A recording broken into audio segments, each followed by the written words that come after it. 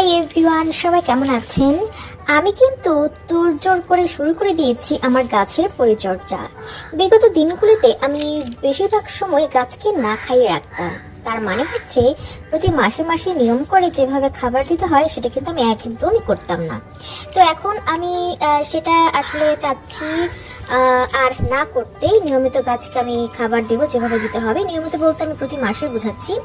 আমি চাল ডাল ধোয়া পানি দিচ্ছি, তারপর হচ্ছে ভার্মি কম্পোস্ট বা জৈব সার যে গাছের প্রয়োজন সেভাবে দিচ্ছি।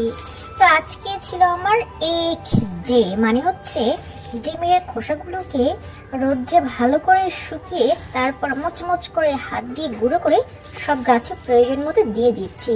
আপনারা চাইলে কিন্তু আরও বেশি গুঁড়ো করে নিতে পারেন, পাটায় বেটে অথবা ব্লেন্ডার করে নিতে পারেন। তো আমি সেটা করিনি, আমি হাত দিয়ে ভেঙে ভেঙে যতটুকু সম্ভব দিচ্ছি।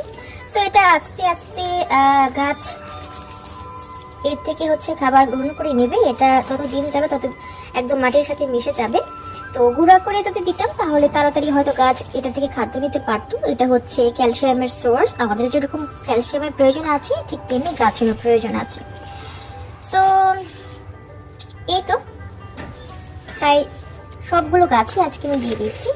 আর এই গাছগুলো আমার ছাদে রাখা ছিল, আর আমার বারান্দায় যে কয়েকটা গাছ আছে সেই গাছগুলিতেও আমি ইতিমধ্যে চাল ডাল ধোয়া পানি, ডিমের খোসা গুঁড়ো করে দিয়েছি।